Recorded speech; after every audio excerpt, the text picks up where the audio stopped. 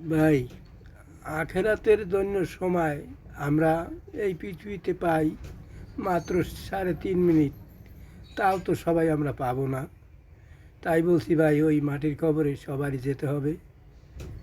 ভাই 5 ওয়াক্ত নামাজ পড়বেন জামাতের সহিত। আর সামনে রোজা আইতেছে, রোজা রাখবেন ভাই।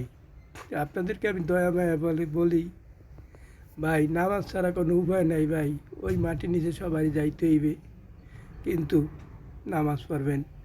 আর ভাই, আপনার যদি মা বাবা থাকে জীবিত, তাদের সেবা যত্ন করবেন ভাই। তাদের মনে কেউ কষ্ট দিবেন না ভাই। ভাই, আল্লাহর পরে মা বাবা, আপনারা যদি এর মতো আর আপন এই পৃথিবীতে আর কেউ নাই ভাই। ভাই, বেড়াদার, বন্ধু বান্ধব, স্ত্রী পরিজন, ভাই কেউ আপন না ভাই। তাই বলছি ভাই, মা বাবার একটু দোয়া করবেন।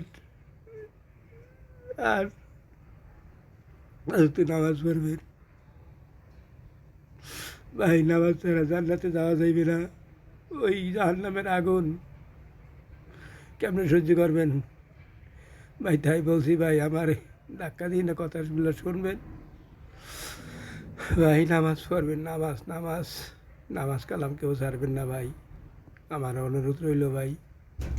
ইনশাল্লাহ সবাই আমাকে দোয়া করবেন, আমিও আপনাদেরকে দোয়া করব নামাজ পড়ার জন্য।